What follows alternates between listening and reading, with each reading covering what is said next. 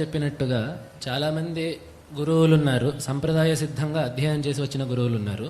కొంతమంది వాళ్ళపాటికి వాళ్ళు పుస్తకాలు చదువుకొని గురువులుగా చలామణి అవుతున్న వాళ్ళు ఉన్నారు.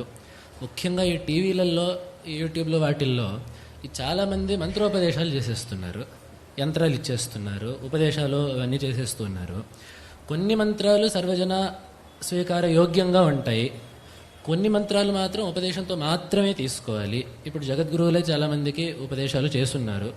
కాబట్టి మామూలుగా సామాన్యులకి విన్నప్పుడు ఏది స్వీకారయోగ్యమైన మంత్రము, ఏ మంత్రం ఉపదేశం ప్రత్యేకంగా కావాలి అనే వివేకము ఎలా తెలుసుకోవడం జనాలకి? అంటే మంత్రాల స్వభావాల్లో తేడాలు ఏమైనా ఉంటాయి, పదాల్లో తేడాలు అంటే ఇక్కడ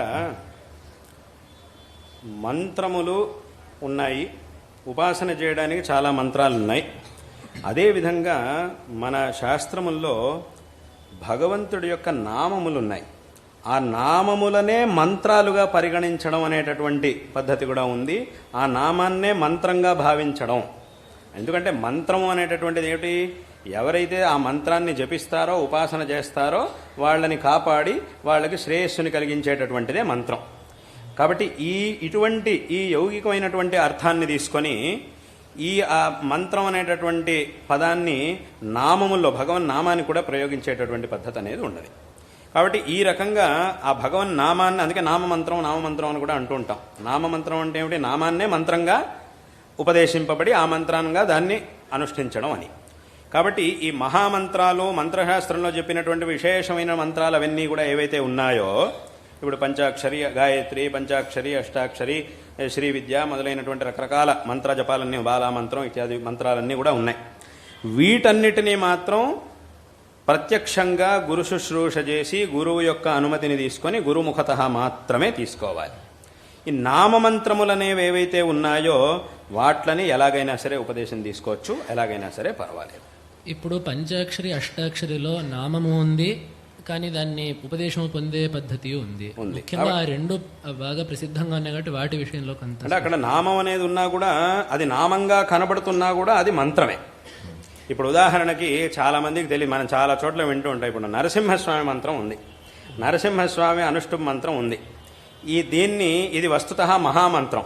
కానీ అది ఎలా ఉంటుంది? అది అనుష్ఠుప్ మంత్రం కాబట్టి చూడడానికి ఒక అనుష్ఠుప్ శ్లోకంలో ఇది ఆపదామపహర్తారం దాతారం సర్వసంపదాం లోకాభిరామం శ్రీరామం భూయో భూయో నమామ్యహం లాగా ఈ నరసింహ మంత్రం అనేది కూడా ఉంది. కాబట్టి చాలా మంది ఏం చేస్తుంటారు అంటే ఈ నరసింహ మంత్రాన్ని ఒక శ్లోకంగా భావించేసి, ఇది కూడా శ్లోకమే కదా, ఎలాగైతే మిగతా శ్లోకాలు చెప్పేస్తున్నామో ఈ శ్లోకాన్ని కూడా అలా చెప్పేసేయచ్చు అని చెప్పేస్తూ ఉంటారు. ఆ శ్లోకాన్ని అందరూ ఇది శ్లోకంగా భావించి చాలా మంది చెప్పేస్తూ ఉంటారు. ఎక్కడ పడితే అక్కడ రాసేస్తూ ఉంటారు సంచుల మీద. నేను ఎక్కడ ఒకసారి చూస్తే ఏదో ఒక ఆయన సంచి మీద ఆ మంత్రం రాసింది. నేనేమిటా ఈ సంచి ఎక్కడ దొరికిందా నీకు? దీని మీద ఈ మంత్రం, ఇది మహామంత్రం, అది ఊరికే తీసుకునే మంత్రం కాదు, ఇలాంటి మంత్రాలతో ఆటలాడకూడదు, ఇదేమిటి సంచి మీద ఉందేమిటి? లేదు, నేను ఎక్కడికో గుడికి వెళ్ళానండి, నరసింహస్వామి గుడికి వెళ్తే అక్కడ ఏదో సేవ చేయిస్తే వాళ్ళు ఈ ప్రసాదం ఈ సంచిలో ఇచ్చారు, దాని మీద వేసి ఇచ్చారు అని చెప్పారు. అంటే ఇదంతా ఎందుకు జరుగుతుంది? వాళ్ళకి అది మంత్రం అనేటటువంటి జ్ఞానం లేక చూడడానికి అలా కనబడుతోంది అని చెప్పి ఇది కూడా శ్లోకమే కదా, మిగతా శ్లోకాల్లాగా ఇది కూడా శ్లోకమే కదా అని భావించేసి అలా చేస్తూ ఉంటారు. కానీ వాస్తవంగా అది మహామంత్రం, అది ఆనుష్ఠుభ మంత్రరాజ మహామంత్రం అని దాని గురించి చెప్తాం. కాబట్టి అదొక మంత్రరాజం, అంటే మంత్రాల్లోనూ ఇంకా ఉత్కృష్టమైనటువంటి మంత్రం అది. అటువంటి మంత్రాల్ని అవి నామములుగానో అథవా శ్లోకములుగానో కనబడుతున్నా కూడా మంత్రశాస్త్రముల్లో దీన్ని మహామంత్రంగా, మంత్రరాజంగా పరిగణించారు. కాబట్టి దాని ఉపదేశం తీసుకోవాలి అని అంటే మాత్రం ఖచ్చితంగా ప్రత్యక్షంగా గురు ఉపదేశం తీసుకోవాల్సిందే. ఈ పంచాక్షరి ఇవన్నీ కూడా మంత్రాలుగా కనిపిస్తున్నాయి. ఎందుకంటే దాంట్లోనే ఈ ప్రణవం అని, హ్రీంకారం అని, ఈ ప్రణవ పంచాక్షరి, ప్రాసాద పంచాక్షరి, శక్తి పంచాక్షరి అని ఇలా రకరకాలుగా ఉన్నాయి పంచాక్షరి మంత్రాలు. కాబట్టి ఇవన్నీ తీసుకోవాలంటే మాత్రం అవి మహామంత్రాలే కాబట్టి గురుముఖతనే ఉపదేశం తీసుకోవాలి. నమశివాయ నుంచి నమశివాయ అనేది ఏదైతే ఉందో దాన్ని అందరూ కూడా ఎవరైనా చేయొచ్చు. ఆ ప్రణవం అనేది లేకుండా నమశివాయ, అందుకే వస్తుతః దీన్ని పంచాక్షరి అన్నదే అందుకోసం. పంచాక్షరి అంటే ఏమిటి? 5 అక్షరాల యొక్క సమూహం. 5 అక్షరాలు కలిగినటువంటి మంత్రాన్ని పంచాక్షరి మంత్రం అని అంటారు.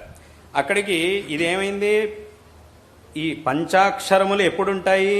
నమశివాయ అన్నప్పుడే అందులో 5 అక్షరాలు ఉంటాయి.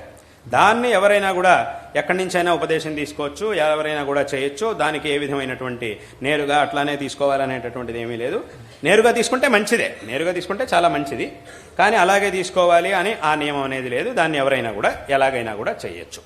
ఎప్పుడైతే దానికి ప్రణవాన్ని కలుపుతామో అప్పుడు అది ప్రణవ పంచాక్షరి అని అనిపించుకుంటుంది.